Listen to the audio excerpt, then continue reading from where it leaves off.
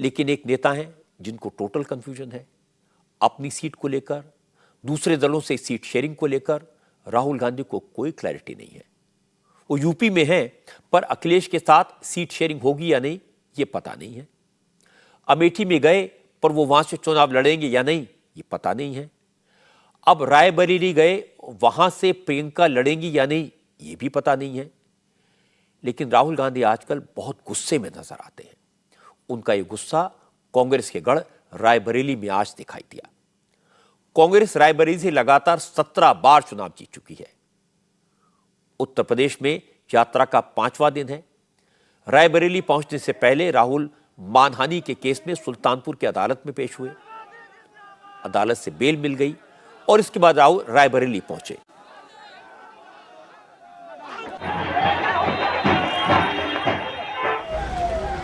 लेकिन रायबरेली में राहुल के काफिले को काले झंडे दिखाए गए। ये देखकर वो बहुत नाराज हुए और इसके बाद उन्होंने सुपरमार्केट चौराहे पर नुक्कड़ सभा की। लेकिन यहां भी ज्यादा भीड़ नहीं जुटी। राहुल और खफा हो गए। राहुल ने यहां फिर कहा कि तुम लोग सो गए हो, तुम लोग डर गए हो। मोदी सिर्फ अडानी अंबानी की सुनते हैं। मोदी के राज में पिछड़ों, दलितों और आदिवासियों के लिए कोई जगह नहीं है, इसलिए जातिगत जनगणना जरूरी है। राहुल ने कहा डरना नहीं है, डरना छोड़ो, जाति जनगणना के लिए लड़ो। और इस पर राहुल ने उत्तर प्रदेश के नौजवानों को शराबी बता दिया। राहुल ने कहा जब वो बनारस पहुंचे तो वहां युवा नशे में नाच रहे थे। ये सारे युवा पिछड़े और दलित हैं, इसलिए ऐसा हो रहा है क्योंकि इनके पास कोई रोजगार नहीं है। मैं वाराणसी गया, वाराणसी में देखा मैंने रात को बाजा बज रहा है। ठहर जा, बाजा बज रहा है। वहां पे शराब पिए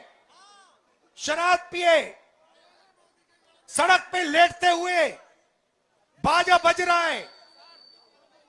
यूपी का भविष्य रात को शराब पिए नाच रहा है, डांस कर रहा है नशे में। दूसरी तरफ राम मंदिर खुलता है। राम मंदिर में आपको नरेंद्र मोदी दिखेगा, आपको अंबानी दिखेगा, आपको अदानी दिखेगा, आपको हिंदुस्तान के सबसे अरबपति दिखेंगे। आपको एक पिछड़ा नहीं दिखेगा, आपको एक दलित नहीं दिखेगा, आपको एक आदिवासी नहीं दिखेगा। क्यों नहीं? ये वो आपकी जगह नहीं भाई और बहनों। आपकी जगह सड़कों पे भीख मांगने की है। आपका काम हिंदुस्तान में सड़क पे जाकर ऐसे पोस्टर दिखाने का है। और उनका काम, उनका कुछ नहीं होगा भैया, उनका काम पैसा गिनने का है। राम मंदिर की बात होती है, 24 घंटा राम मंदिर की बात होती है। वहां पे आपने किसान को देखा, आदिवासी राष्ट्रपति को देखा, दलित को देखा, अंबानी को देखा, अदानी को देखा, अमिताभ बच्चन को देखा, शाहरुख खान को देखा।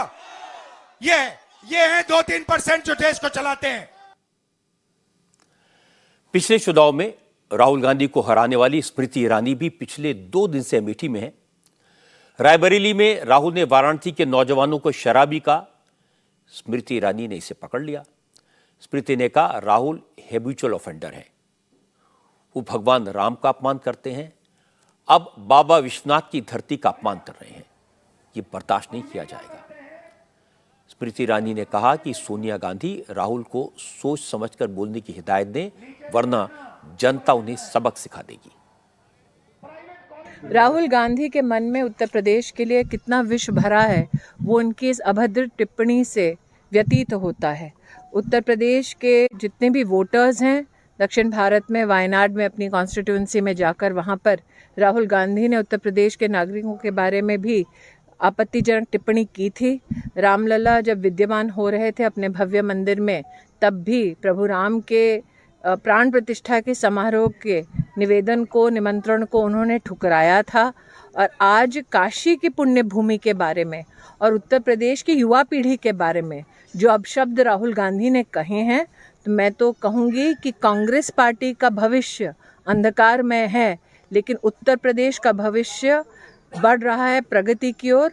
मेरी ये हिदायत है सोनिया गांधी को कि अपने बेटे को अगर आप अच्छे संस्कार ना दे सके तो उनसे कहें कि इस प्रकार के हमारे जो पुण्य स्थल हैं उनके बारे में आपत्तिजनक टिप्पणियां करना बंद करें, वरना मुंह तोड़ जवाब प्रभु तो देंगे ही, जनता भी देगी। लेकिन राहुल की यात्रा पर सबसे कम शब्दों में और सबसे सटीक बात कही रक्षा मंत्री राजनाथ सिंह ने। राजनाथ सिंह ने कहा, राहुल जहां जहां जाते हैं गठबंधन के साथी छोड़कर भाग जाते हैं, क्योंकि सबको समझ आ गया है कि कांग्रेस के भरोसे रहकर भला नहीं हो सकता। जहां जहां जाएंगे वहां गठबंधन टूटता ही जाएगा। जहां जहां जाएंगे वहां जनाधार कांग्रेस का अपने आप कम होता चला जाएगा। अब कांग्रेस का जनाधार लगभग समाप्त।